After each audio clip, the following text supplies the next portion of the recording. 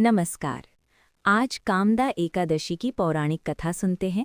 अगर अभी तक आपने मेरे चैनल को सब्सक्राइब नहीं किया है तो मेरी आपसे विनती है, सब्सक्राइब करिएगा। चलिए पावन कहानी सुनते हैं। बहुत समय पहले की बात है। एक सुंदर और समृद्ध नगरी थी, रत्नपुर। उस नगरी के राजा थे पुंडरीक, जो अत्यंत धर्मात्मा और न्यायप्रिय थे।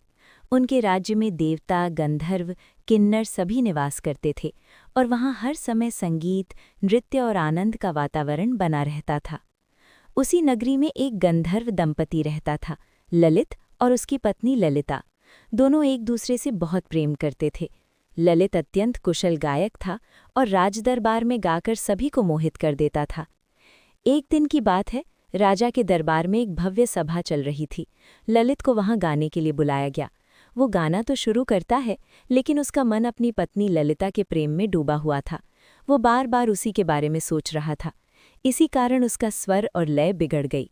दरबार में मौजूद एक नाग कन्या ने ये देख लिया और राजा से शिकायत कर दी कि ललित अपने कर्तव्यों में लापरवाही कर रहा है। राजा पुंडरीक इस बात से बहुत क्रोधित हो गए और उन्होंने तुरंत ललित को श्राप दे दिया, तू राक्षस बन जा। राजा के श्राप के कारण ललित तुरंत एक भयानक राक्षस में बदल गया। उसका विशाल शरीर, डरावना रूप और भयावह आवाज देखकर सब घबरा गए। वो जंगलों में भटकने लगा और अत्यंत कष्ट सहने लगा। ये देखकर उसकी पत्नी ललिता का हृदय टूट गया। उसने अपने पति के इस दुख को सहन नहीं कर पाई। उसने निश्चय किया कि वो किसी भी तरह अपने पति को इस श्राप से मुक्त कराएगी। ललिता अपने पति के साथ जंगल जंगल भटकती रही। एक दिन वो विंध्याचल पर्वत पर पहुंची, जहां उसे एक महान ऋषि, श्रृंगी ऋषि का आश्रम दिखाई दिया।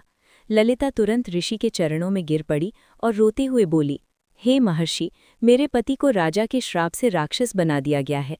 कृपया कोई उपाय बताइए जिससे उन्हें इस श्राप से मुक्ति मिल सके। ऋषि श्रृंगी ने ध्यान लगाया और फिर बोले, हे पुत्री, चैत्र मास के शुक्ल पक्ष की एकादशी, जिसे कामदा एकादशी कहा जाता है, का व्रत अत्यंत पुण्यदायी है।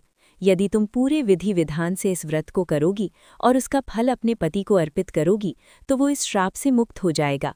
ललिता को जैसे आशा की किरण मिल गई। उसने उसी दिन से संकल्प लिया कि वो पूर्ण श्रद्धा और भक्ति से व्रत करेगी।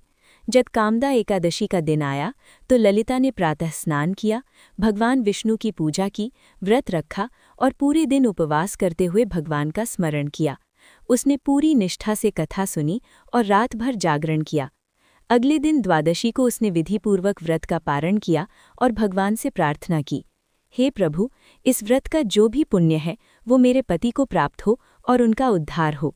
जैसे ही उसने ये कहा, एक चमत्कार हुआ। उसका पति ललित, जो राक्षस रूप में था, तुरंत अपने सुंदर गंधर्व रूप में वापस आ गया। उसका श्राप समाप्त हो गया। दोनों पति पत्नी अत्यंत प्रसन्न हुए और भगवान विष्णु का धन्यवाद किया।